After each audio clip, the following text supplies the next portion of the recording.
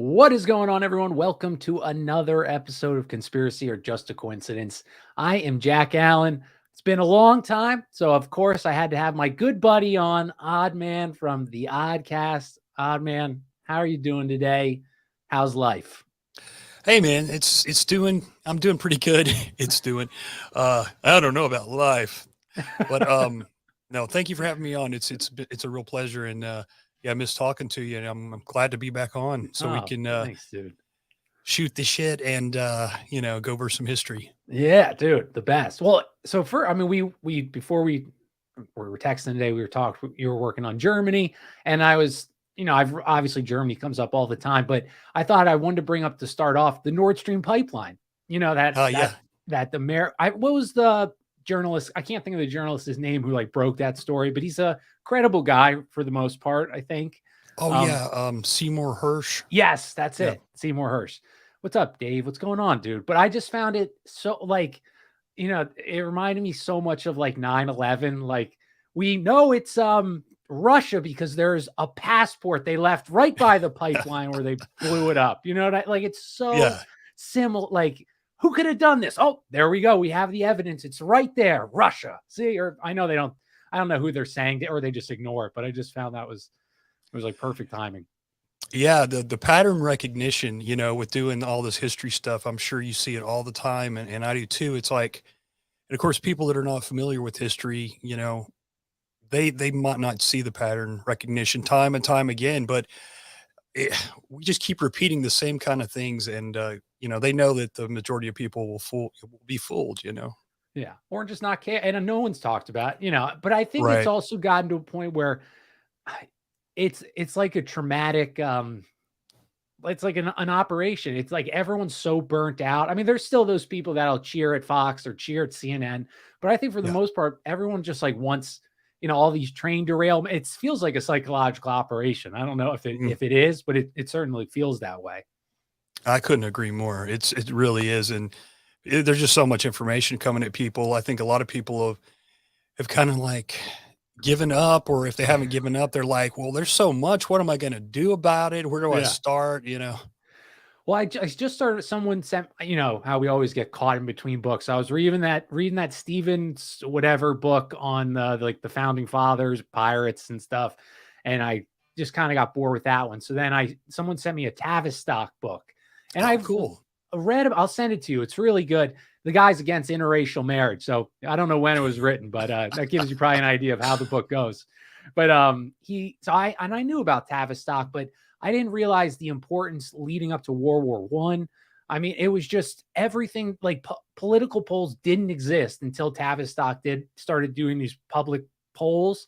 And it wasn't because, oh, let's take the temperature of the people. No, it's because see, everyone thinks this way. What you think? Why do you think the other way? Like, are you an idiot? Like just to use pressure from society, from culture to the goal then was to get us into World War One. But I just found that fascinating, dude. And you just see it today.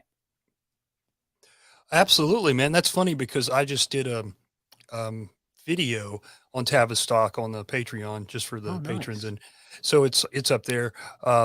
And I just kind of go over an article that I thought was really interesting about it. But I had done a couple of shows early on Tavistock that I didn't know anything about them up until that point. I just heard like I got seen some quotes here and there, but just going over that the other day again, it reminded me of wow, like you're saying, how important they were and maybe still are, and how influential. Like we talk about Edward Bernays and those kinds of people, but and I think he might have even been connected to them at He one point. was. But Yeah, he okay, was. yeah. Yeah. So yeah, it's unbelievable, man. They were studying how to control people's minds so long ago, and I guess they've perfected it now. I know it's terrible. Like, dude, I can't remember the year it started, but it was right leading up to World War One, and but Bernays was involved. Like his mentor was some other guy who did uh, shady things in the UK with whatever, with life and Yeah. manipulating the people. But it was just fast. Like, and I never researched enough about the Beatles, but I feel Mhm. like a lot of these modern day celebrities, this was a Tavistock creation, was to create a godlike figure that you worship and you cry when you see. Because I mean, who like I guess Elvis and the Beatles, certainly, obviously, they came from Britain. So I just wonder even how, like, what is it? What is real? I mean, what isn't created by these groups and think tanks and all those NGOs? Wait, did you just say what is real? Yeah. I Um, did. so you must be reading the John Coleman Tavistock book. Does I that sound don't, familiar? Um, dude. I've never read that entire one. The one I read was Daniel Estulin, and I think that's more of a Oh, newer I've book. seen that one. I couldn't Uh, get through that one. Did you like it? it, I never got through the entire thing. I just kind of jumped around. I ended up reading Okay. a bunch of articles when I did the shows about Tavistock, more so than his book. But I have that other book in a PDF, but I've never read it. I think I've That's the seen one some it's quotes. Coleman. Yeah. Yeah. Yeah, because the reason I knew that is because he was, I think maybe it's the other book he has, the conspirators hierarchy that everybody talks about, Committee of 300. I think he Yes, he keeps talks bringing about them up. in that, yeah, I think he talks a lot about the Beatles in there and how they were created, like out of Interesting. basically lab grown, if you will, by the Tavistock Institute. I wouldn't be shocked, dude. I mean, look how much, and I think celebrity maybe have lost. Well, I guess there's just a different type of celebrity now, but I mean, think of the power these people have over our younger generation. It's terrifying. I mean, anything they say, if you like, even if you don't want to be politically active, if you're just like a young girl, young boy on TikTok or social media, without you even thinking about your views, you're being manipulated and brainwashed into believing these progressive viewpoints. And I don't, there's like some guy on Twitter, he had a viral video and he does like a podcast with younger, like like my age girls, they talk about dating and stuff like that. And someone asks him, like, if it's the hottest trans girl, like the hottest trans girl you can think of, or an 80-year-old woman, who would you have sex with? And he says the old woman. And these girls on the other side are getting visibly angry and they're saying how hateful he is and all these. And it's like, these girls can't even can't read. They're probably in marketing or psychology. But the fact that they were getting upset and defending this, that has no effect on them. It Mhm. just shows like how powerful this manipulation is.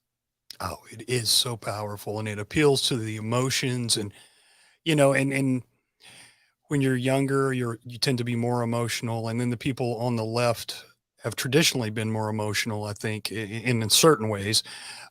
So yeah, it's crazy. It's like really hurting people's minds into like hurting them like cattle.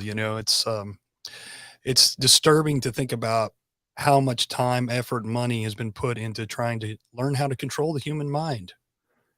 Dude, and they're damn good. They're damn good. Yes. Yeah, I mean, we may have talked about it the last time I was on. I can't remember, but World War I always comes up, like you're saying, and the with Bernays and with the how under Wilson they had to come up with this huge propaganda campaign to talk the American people into going along with World War I. That was unbelievable, what they pulled off, and I'm sure that was just the beginning. Yeah. I Well, mean, dude, I mean, I think Wilson ran on the slogan like "keep out of the war," something yeah, like that was right, his slogan. Was "we are not going into the war," and yeah. he knew they were going into the war. He knew, dude. That's why he passed the Federal Reserve Act. Well, not maybe him personally, but Yeah. he knew that was probably his job, was to get America riled up to. And I have that newspaper. It's at my real Oh, office, cool. the Lusitania sinking.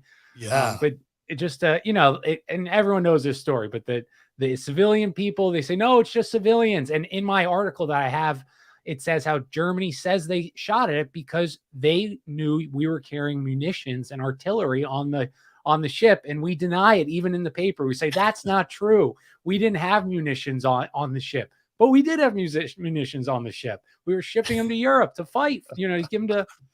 It's just crazy. It's just funny, though, even in that article in 16, 17, Yeah. the American government's blatantly lying to the world, to the press, when they knew what they were doing. Oh, yeah. It's just their whole, the whole system, unfortunately, is built on lies and illusions. And it couldn't stand otherwise, because if they started telling people the truth, people would have Well, at least back in the day, they would have been up in arms and they would have, either voted them out or ran them out with pitchforks and, Yeah. you know, Well, I think that's probably like a big thing of this demasculating, effeminating. I don't like removing that fear, because I yeah. remember this Nixon story where he's with Henry Kissinger. I think it was Kent State. They just got shot and they didn't have the crazy security around the White House like they do now. And people surrounded the White House, and Nixon was like, "We did it. They're going to kill us. They're going to kill us. Henry, they're going to come after us." And that was a legitimate fear. Joe Biden, Yeah. not that he has any fears, but he doesn't Oh, worry yeah. somebody's coming. He's probably not even, when we see him, it's not even really him. It's a computer generated. No, I don't know if that's true, but I think a couple have been for sure. I But agree. yeah, I mean, there's no way that, anyone could get close to someone like that nowadays, unless they wanted to get rid of him, the people that are in charge. That's Okay, a it's fair time to point. get rid of this guy. Let's coax some fool over here into shooting this guy. But yeah. Which they've done so many times, right? Like that Yes. that Governor Whitmer case like 2 years ago Mhm. during COVID. What was it, like of the 7 people, 6 were federal informants, or 3 directly with the Yeah. FBI, and like 3 were informants. There was only one real guy that was, actually thinking that they're going to kidnap Governor Whitmer or whatever her name is. Yeah, they keep, it's another thing, that we were talking about pattern recognition. They've done those kinds of things over and over and over again. And, the majority of people just, I think a lot of people, they don't want to believe that that the government would do that to them, that take it that far. But I mean, they killed Kennedy. Come on. I mean, I think they probably killed a couple of other presidents earlier on too. So I think that there's nothing they won't do for the power and the ability to rule and expand the empire. Yeah. Well, dude, I mean, I don't know much about McKinley. I read that. I think we talked the Imperial Cruise book, and it was just about like Teddy Roosevelt making backdoor deals with Japan, basically setting up Japan for World War II. He was the one who really opened Japan up and got them westernized and all those things. But McKinley, he was his, he wasn't his VP. I think he was his VP. I think so. And McKinley got killed because he was like trying to pull back from this. We were colonizing like the Philippines. We just won the Spanish-American War. We're colonizing all these Spanish colonies, but we're helping them. We're not we're not colonizers. We're teaching them democracy. That's what we were doing. We were sharing democracy with them. They were big on that. The mean Spanish, they are colonizers. We were bringing them the great God of democracy. But McKinley was trying to pull back from that. And Teddy Roosevelt certainly was not, and they shot him. I mean, I think because it was such a stupid, like he was at the World's Fair in Buffalo, had like the largest display of electric lights in the world at that time, but they tried to operate them in like a candlelit room. Like it just didn't make any sense, like it has all these lights, but the president you're operating on, there's no electricity, Oh my God. I didn't know about that. That's Yeah. insane. It's just, yeah. So anyway, Germany, we wanted to talk. So what are you reading right now about Germany? What are you working on, Oddman? So I did one show on this and I'm working on a second one, and so I ran across this book. Actually, I think I have it here. It's Nice. called Eye for an Eye. Ooh. And the untold story of Jewish revenge against the Germans in 1945. Ooh. And oddly enough, man, this book got recommended to me on Thrift Books, and half the time I just I don't even pay attention, but something told me to click on it. And then I read the review of it and I was like, wow. So I started looking into that book. I read that book first. And then another book was also recommended to me from a person, because I was telling them about this book. He said, you got to read Other Losses by this other guy, James Back. And they're kind of about the same thing. They're definitely about the same time frame in the relatively same area right after World War II. And it's really just amazing what happened that we, most people don't know anything about. And I didn't know anything about it. Yeah. It's what happened to the Germans immediately following World War II. We set up all these camps. There were like 1,600 camps across the world to detain the Germans, and not just the soldiers in the SS, but German people, men, women, and children. It's unbelievable the chaos that happened immediately because, of course, the war had destroyed a lot of Germany, and it had created this chaos, and just these gangs were roaming the streets, and of course, when the Russians came in, they were doing everything you could imagine to the people, all forms of torture and Jeez. sexual, to Right. the women. And it was just horrendous. But, the French and the Americans also, they had these prisons and they weren't prepared for it. So they would just, like the Americans, they just basically took this huge field with acres and acres, flat field, and wrapped barbed wire around it and threw thousands of these guys, no beds, no a lot of them didn't even have covers or anything, and they wouldn't feed them. They wouldn't, give them medical Jeez. attention, barely gave them any water. Wow. And the more you look into it, it's just unbelievable that they got away with it. Eisenhower was famous. He had written in his diary to his wife how he just hated Germans, not the SS, not the Nazis. He hated Germans altogether. He had a real Really? beef with them for some reason. And so they were supposed to follow the Geneva Convention rules with Yeah. the prisoners of war, and Right. they secretly figured out a way to, instead of call them prisoners of war, call them deaths. I forget what that is, stands for. I'm sorry. But No. basically, they had no rights. They were non-persons at that point. So they didn't have to feed them. They didn't have to do anything, give them adequate shelter or anything like that. And again, not all these, I mean, many of them were not SS. Now, a lot of them were lower level German Right. soldiers, but also just, German men. And there were prisons too for the women and the children and stuff like that. Um, it's just horrific. Like a million died within about a year and a half, just in one area. So they kept it under wraps. Because they weren't, big on keeping records back then. It wasn't like you could track things automatically with like a Right. computer. Right. So yeah, and these authors, they kind of ran into this information accidentally and just got to looking, and come to find out, I'm not sure if it was the Eisenhower Library or the State Department or who it was, but they destroyed like 50,000 documents on it because they tried to hide it. And this one guy, James Back, he found it under other losses. That's how they kind of labeled it. And he started looking into it, and he kind of found this retired colonel who had worked in that area before and knew a little bit about it. And that guy took it on with him, and they started going through thousands of documents and uncovering some of this stuff. Jeez. I wonder when it pulled back. How many years do you know how many years after when they removed they allowed them more autonomy? I mean, I think it was relative. around 5 years, if I'm correct, about Okay. 5 years in total of the prisons and whatnot. And that there were also prisons in Canada and England, but there's no real proof that they treated the prisoners the way that we and the French did.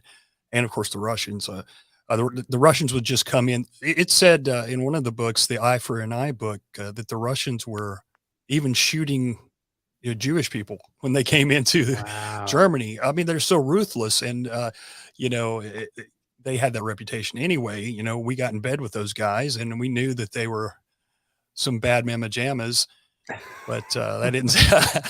But that didn't stop our leaders, from making those deals.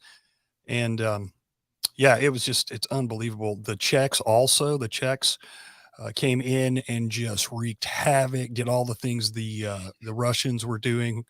It's just unbelievable. I mean, it really depressed me after reading it. I really had I said, Well, what the dude, hell am I doing reading this stuff? This is horrible, but it needs to be told, it needs to be yeah. talked about. Well, dude, again, it goes back to propaganda. Like, the war brings out just this, and I'm not a soldier, so I don't know. I don't wish the one I can't. It's like he's got a funny fish name or some Flippy Hambone. He was like a paratrooper sometimes in the chat, but I mean, they must have to take this propaganda because every war you hear the same, whether it's in South Africa, whether it's in the Philippines, raping, murdering, slaughtering innocents. It all happens. And it's not like all the soldiers are evil people. I think that maybe that's how they survive is they live like they associate these people with being like the devil or demons. I don't know, but it's something has to happen because this isn't normal to, I rape somebody, to kill them, et cetera, et cetera. I mean, that's not, any sane person would feel bad about doing something like this.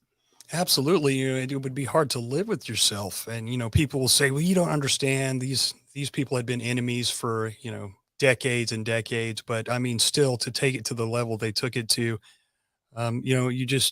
people become inhuman, during these wars sometimes. And, they kind of lose their soul, I think, in their humanity.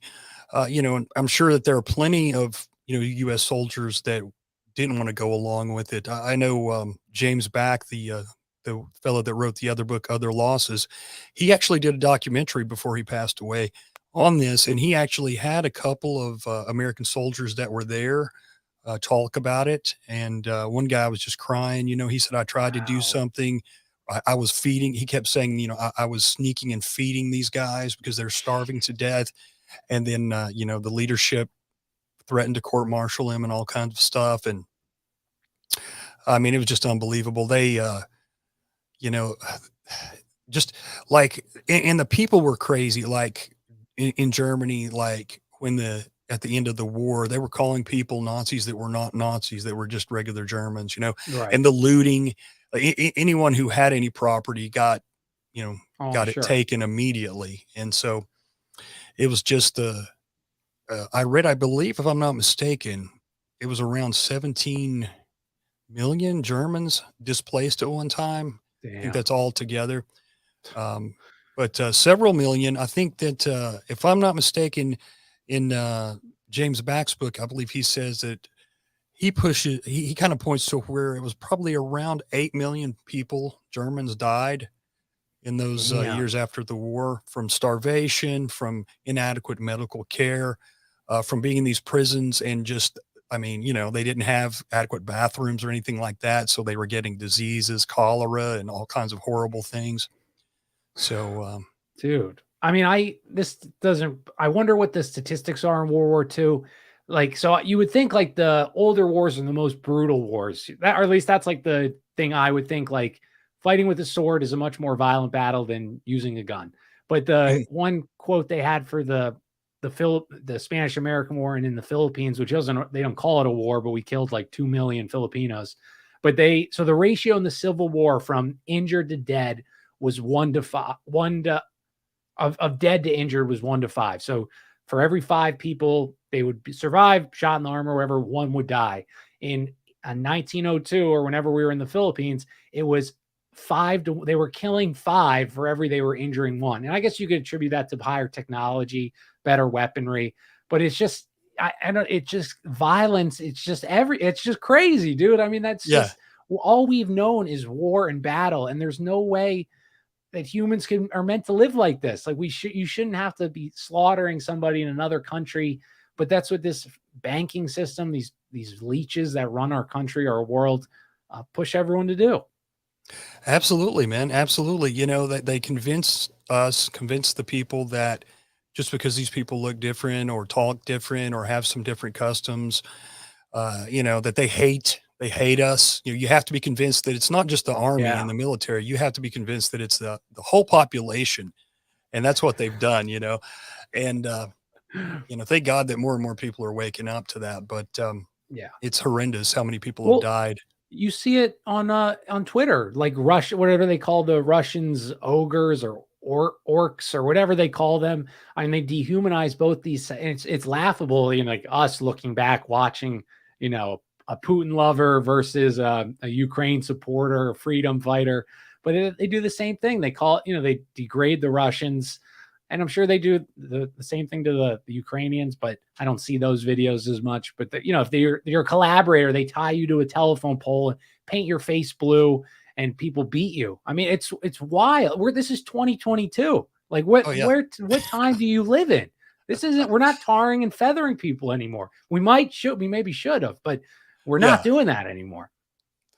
Yeah, it's crazy to think about, because I mean, the 1900s, that wasn't that long ago, and that was just that was it was just so full of war and death. I mean, it's even before that, but all the different wars that were involved in the 1900s was unbelievable to look back on, because technology had come along quite a bit at that point, but it didn't seem to affect the propaganda. I guess it probably even helped the propaganda of the people pushing the wars.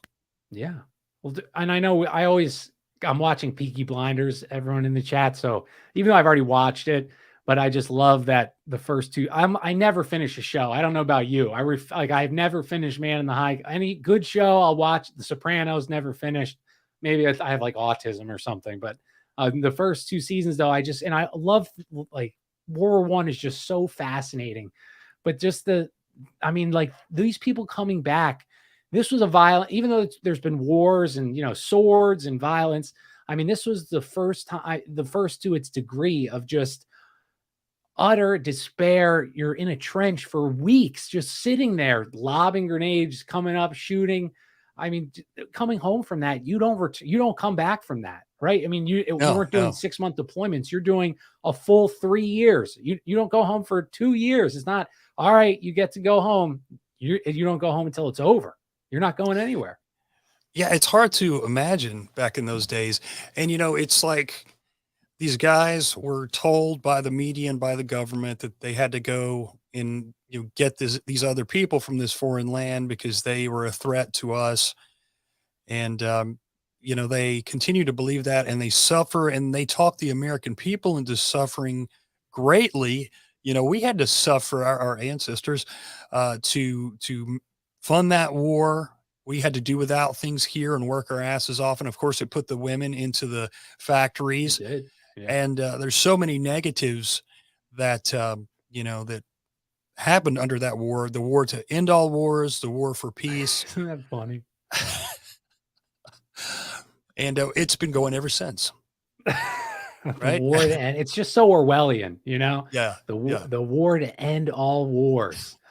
And it hasn't ended anything, and that whole war as well was just it was the British Empire just being jealous that Germany, which just got unified, well, not just, but relative last 10 years, 15 years was unified, and it was kicking the shit out of everybody. It had better economy, better technology, and Britain was concerned, nervous. So they just made a campaign that said, all right, now we're going to attack, they were trying to poke the bear for the 10 years leading up to World War I. They couldn't get it to go, the Boer War. And then they finally got, I forget what Franz Ferdinand, obviously, which nobody even know. Like, even me, after I read, I still don't really, like, that's not enough to start you know what I mean? It's like such an odd, he wasn't even the king, I think. He was the Archduke. So he was like second or third in line. It's just amazing. It's just amazing, dude. Well, another thing that I had read, I kind of forgot about it, but I think it's worth mentioning during World War II. So, they wanted to take out the Germans the first time because, like you said, it was basically just mainly competition for the Brits and the kind of Western powers.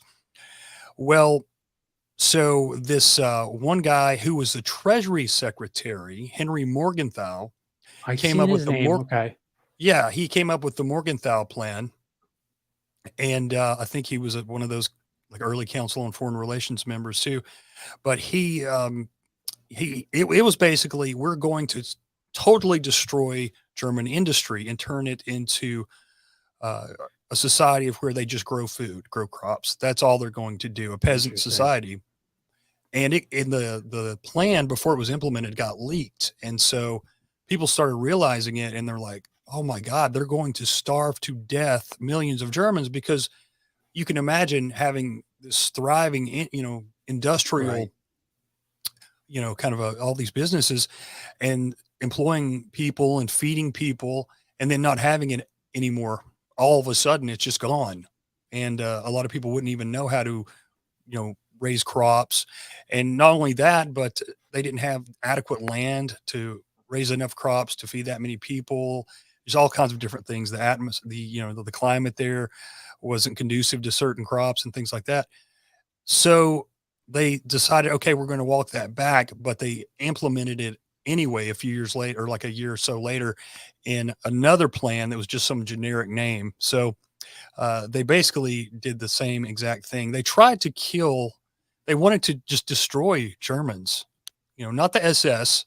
They wanted to destroy them too, the ones that they didn't let go to Argentina, and Right. the ones they didn't hire to go to NASA and places like that. But they wanted to decimate the German people. And it's amazing that the German people came back from that. It really is. I mean, they'll never be what they were probably, but No. Well, man, and we've talked about this before, but I mean, we just all the 30-year war. I mean, Germany, it was the Holy Roman Empire for 900 years.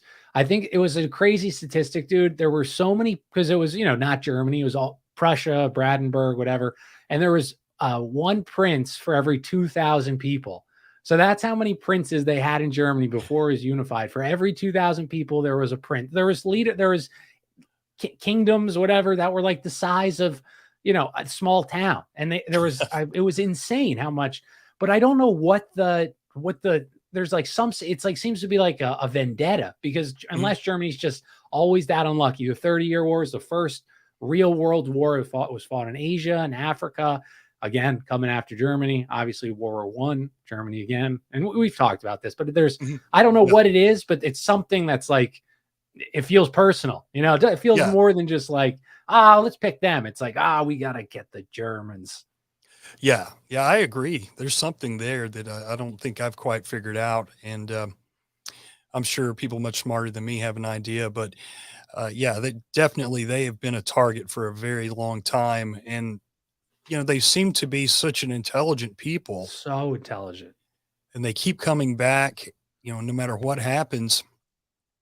And, you think back about how powerful the Western elite were, the US and the Brits and everyone else that helped us, the Allies.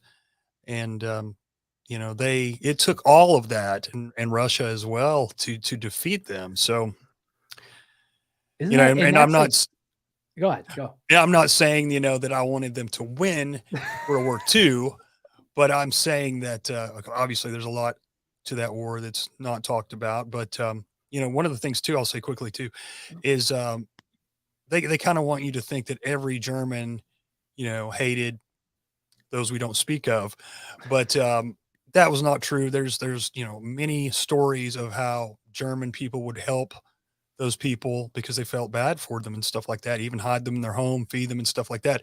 But one of the things that did kind of contribute to animosity big time was the 1933 boycott, when they, the leaders of those we don't speak of announced they were going to boycott German goods.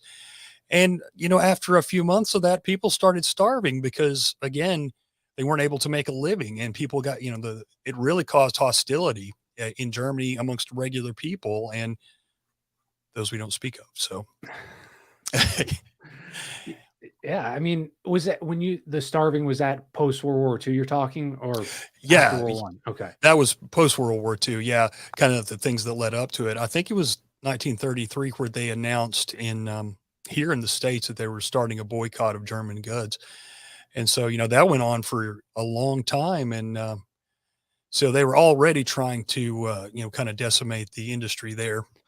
Well, and I'm sorry, I know we're like bouncing from World War I to World War II, but World War I, there was this famous like science fiction author, again, the same pattern that we see, L. Ron Hubbard, but he's a science fiction writer, famous. He writes like dime novels in Britain.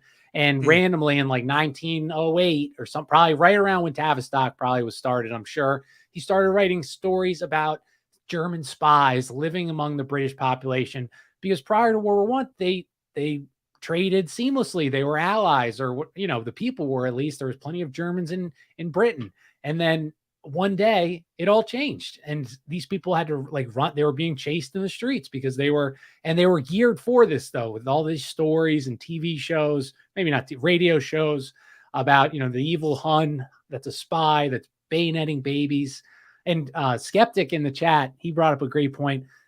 Isn't the majority of the European royalty related to the House Saxe-Coburg?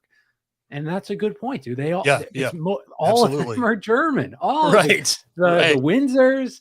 I don't know about like Spain and Portugal. Well, yeah, because they were the Habsburgs in Spain for a while. So I'd imagine, I don't know if with the current family, if they're descendants of Habsburg, German, or I don't know. But and it's kind of funny too when you think about that. Now that you said that, is that the Windsors have been very close to the Rothschilds for a long time.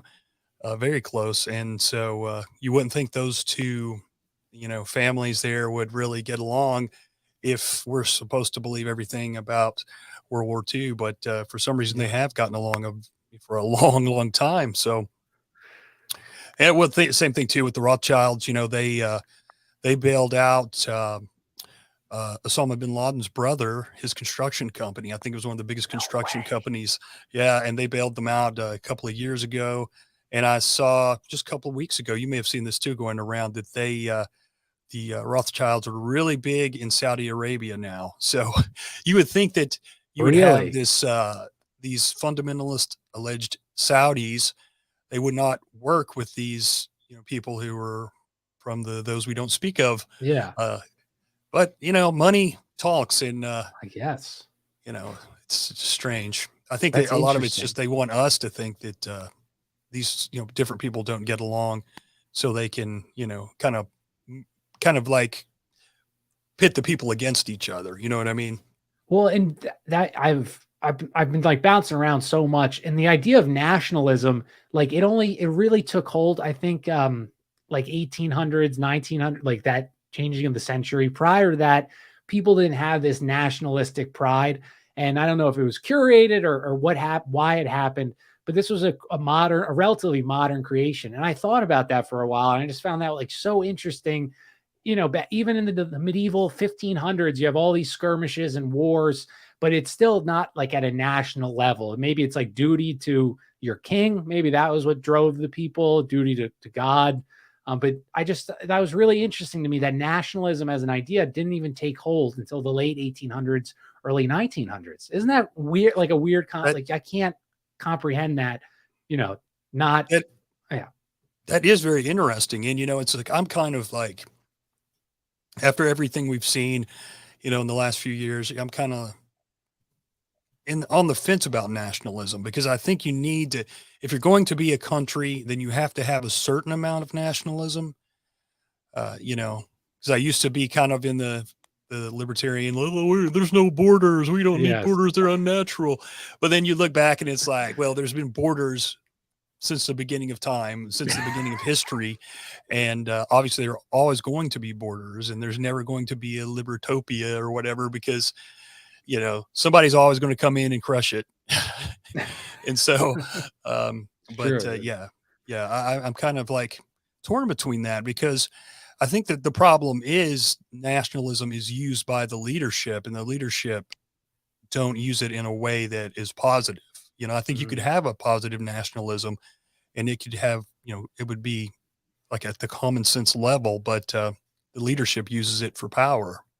Yeah. Well, and I think it's one of those things, they created it because, like I said, it didn't exist. They brought it up through whatever their propaganda campaigns, like you're a German, you're a British. And now they pulled it back. They like, we created a monster here. Oh God, let's get rid of that. Now there's no nationalism. That's supremacy. And you need to be ashamed for what your country did. And now you're part of the world. That's your nation, the world government that we're about to throw you into without giving you a vote on it. Exactly. Now, go ahead. And in the meantime, behind the scenes, they're literally overthrowing governments left and right secretively, by causing dissent and infiltrating their governments and causing these color revolutions. yet they're telling us that we're the evil ones, you know? So, and they call it, like you said earlier, they call it democracy, Yeah. spreading democracy. Oh Well, my God. I'm reading a book on the or listening to a book on the Romanovs, and that's just they're so fascinating, dude. Like Peter the Great, all these guys, but they talk about I'm like at the end, obviously. So Nicholas too, and he's not overthrown yet, but they've been trying to assassinate the Tsar, some group, revolutionaries for 30, 40, 50 years. And they at one point, the Tsar, the top guy in this revolutionary group, he goes on the Romanov payroll. They're paying him an insane amount of money to feed them information what the revolutionaries are doing. And so in all these, as you know, all these revolutionary groups are being funded by British, by the Americans, by Wall Street. And it's just, and these are cousins. These people are related to each other, and they're trying to kill them. It's like, what do you have any shame at all? Like, what goes on? Is greed that? What are you afraid? Like, it has to be, is it greed? Is it narcissism? I don't know what, but how could you imagine plotting your bloodline, blood's downfall, right? That's crazy to me. Yeah, I don't understand it. I don't understand people though. I mean, it's like there's a lot of good people, but obviously historically there's been a lot of bad people, and when they get sucked up in these organizations with a lot of power, it just seems to change them, and then you figure in money into it and the greed, and lust for power and all that. I guess it just changes people. It's almost like demons inhabit them or something. Seriously though.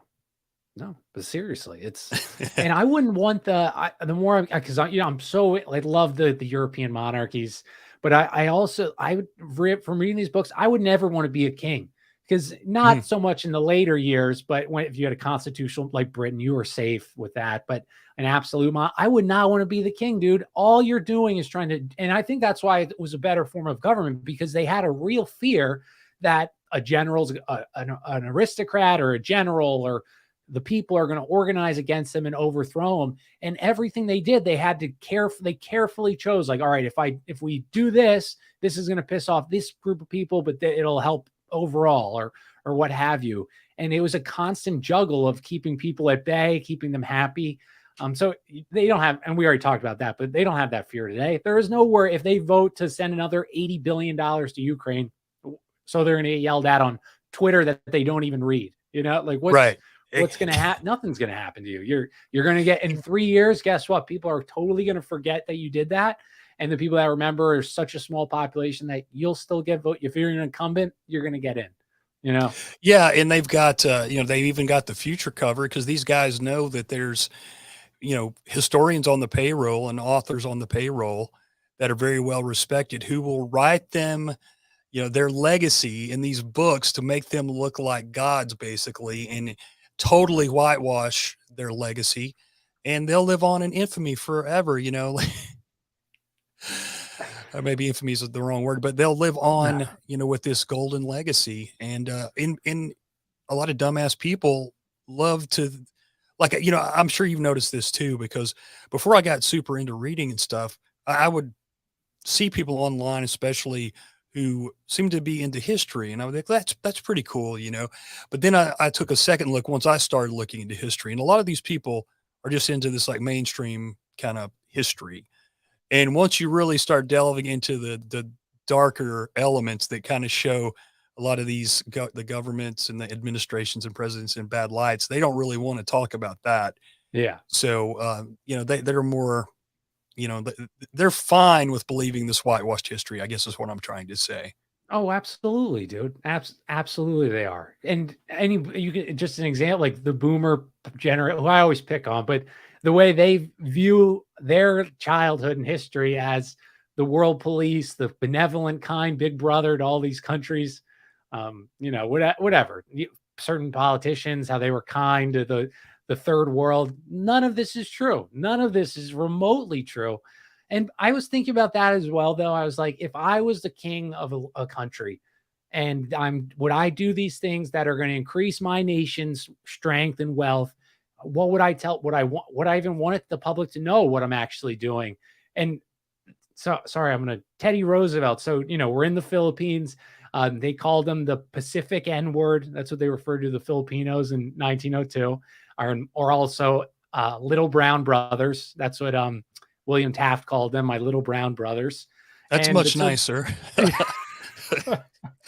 But so that they thought they were subhuman. They wrote about Taft, when we took over to spread democracy, Taft did a tour there and he's talking to them, and they're like, well, because it's horrible for them, dude. They're enslaved. It's hard. It's worse than it was under the Spanish. And Taft says, I'll give you your democracy, but you guys can't handle it yet. In maybe 100 years, you can have your democracy, but we have to teach you. And the Anglo-Saxons, we learned over hundreds of years. You might be a little longer, but we'll get you there.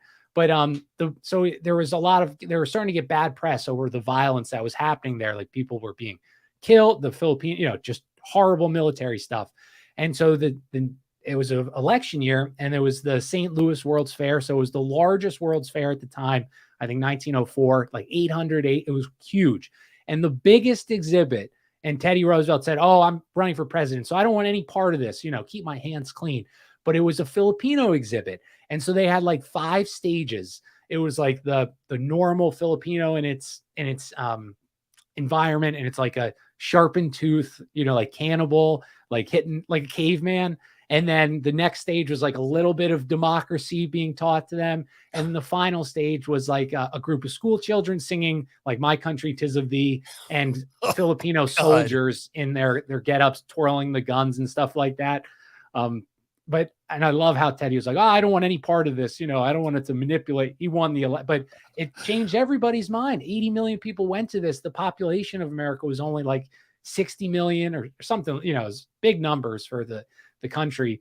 I don't know what the point was that I was making with that, but I just found that a funny story. Oh man, and that is classic. They do those same kind of things today, in the media now, not at the fairs. They do it in the media where they just, I hate to say it, but people are so naive and they want to believe, obviously everything's so split politically. So however anything's presented politically, they're going to believe it one way or the other. But, they still do those kinds of propaganda techniques to fool the people into believing this, that, or the other.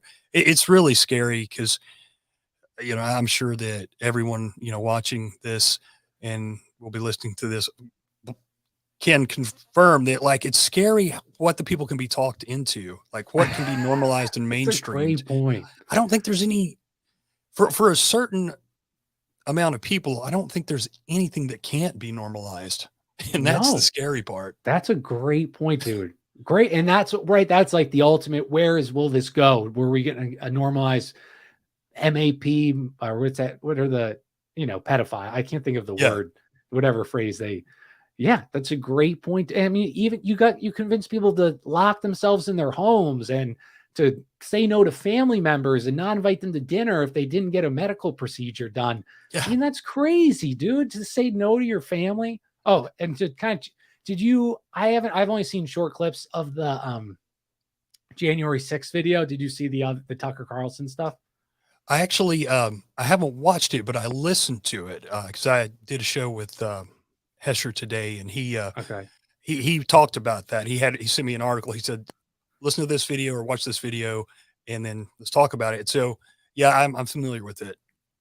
Isn't, dude, like, again, they walk this guy around, and just like you said, the media, through selective editing, through what they show you, you have, obviously it's split, but you have one side thinking it's the Civil War, it's the deadliest insurrection in the world, and the other, it must make you feel insane if you're on one of these camps. Because, I don't know how you wouldn't feel insane, because they're the totally opposite belief or opposite of what you thought happened. Just crazy. I swear, I think that they had that in mind for a while. I think they played that up like a Hollywood promotion, like a set almost. It's just almost too perfect the way everything turned out. I think that they coerced people through, infiltrating these different websites and social media to get a lot of people there so they could get these photo ops and video ops, and they knew they could manipulate it. And even like, wasn't my idea, but my friend Hesher, he said, don't you think it's weird that that McConnell or whoever only gave this video to Tucker and Fox? why not give it, you would think that all this video footage would have to, like hours and hours of it would have to be given to all the media at one time, it's free press or Yeah. whatever. But Right. apparently Right. they only gave it to Fox, and that's why Tucker was the one that revealed this. And so that almost to me kind of makes me think that they were just trying to spread more dissent, because it coming from Tucker, the left hate him so badly that they're not going to Yeah. believe, even if they A watched it, word. they won't believe it. And then the other people are just like, yeah, I told you so. Look how crooked they are. And it just causes more fighting It's a as great opposed point, to, dude. and then McConnell comes out and says that they should, that Fox shouldn't have even played it. So it's like Yeah. they're playing both sides. Yeah. And that's just typical, bureaucrat, because the bureaucrats only care about the empire. That's all they care about at the end of the day, because that's what enriches them. So, they'll take on a conservative issue or a liberal issue. It doesn't matter. They don't care. Dude, that's such a good. I didn't know that they just gave it to Tucker. I just thought and this kind of brings up Libs of TikTok, Yeah. that account. She's a Chabad Lubavitch. I don't know what is that. It's It's like just a sect of orthodoxy, I'm guessing. yes, yeah, and Okay. Very but powerful. they're very powerful. Yeah, they I call them the mafia because I think it's actually like that when you say it, I think it's Chabad, because somebody corrected me. They say it's not Chabad, it's Chabad. So Okay. okay, the C is silent. Okay, Yeah. but yeah, man, they are everywhere, all over the world. They're really big in Russia and Ukraine, which is interesting. Interesting. But yeah, and especially in Florida, like we're southern Florida, they're huge there. So they have a lot of interesting stuff on Chabad.org if people want to check that out. Some of these guys that that talk about that kind of stuff, the mysticism and stuff like that, are they like mystics more? Oh yeah, very, very much so. Yeah, deep into Kabbalah and all this stuff. Yeah, dude. Well, yeah. So like, again, a grassroots, this video, it's just showing people. So she's part of whatever that group. And what do you know? She's like tied to I think the Babylon Bee like hired her or something. But prior to that, they were like in business together. This girl and the leader of Babylon Bee, her account was like started. Her dad was a big, he like brought the Chabad out to, or her grandfather out to California. And there's a photo of her grandfather with Reagan and like a bunch of his friends, in like the 80s. So this girl isn't just some girl that created a grassroots campaign. She was put there. She was propped up by powerful forces that got traction on her account. And not that it, wasn't, some of it was organic. I'm sure some of it I follow her, some of it definitely was, but yeah, no, and not really though, and so why would they do this? Well, it's to create dissent, because I'm sure you have some Chabads that are very progressive. It's not because they actually believe it or they disagree with it. It's just like you said, just to cause dissent and confusion and anger. And, it's like kind of discouraging. Oh, absolutely, man. Absolutely. Yeah. They're the ones who, I think he was like the 7th Reb or rabbi or whatever, the Rabbi Sneerson. I've talked about him quite a bit, but he was the one that Ivanka and Jared went to pray at his grave before the night before Trump was elected. Okay. They think that guy, like they're big into this whole messianic thing, and they think that guy was possibly one of the messiahs. And from what I hear, some of the the Jewish Chabadists there in Israel, they actually still think that, and he's huge there, even though he's dead. So, and he brought in tons and tons of money, and he actually lived in, I think he was from Russia originally, but I've got a book about him. And what was his name? Sorry, I missed what you said his name. I think his name was Rabbi Mendel Sneerson. Okay. And he was, like he was controlling, they basically had like a spy ring in Russia early in the Cold War. And they were running it out of Russia, like finding out stuff about the Russian government and sending it back to the Chabadists over here, and different things like that is really wild. Interesting, dude. And I brought up that theory to you about how Tsar Alexander, or Nicholas I, the last like 4 czars were brutal to the Jewish population. They blamed them for everything. They, they were they either, you could either do 25 years in the military or go to newly acquired Ukraine to farm. But so I often wonder, like, because you just said about the war, your book you're reading with this, it was almost like payback in Germany. I wonder if that's still a little bit present today. But then I struggle because that's a large population in America is the Jewish population. And that's because they left Russia because of the czars. So I want, like, again, is it payback? I mean, I guess it still would be payback because you're attacking your former homeland. I don't know, but I found that interesting.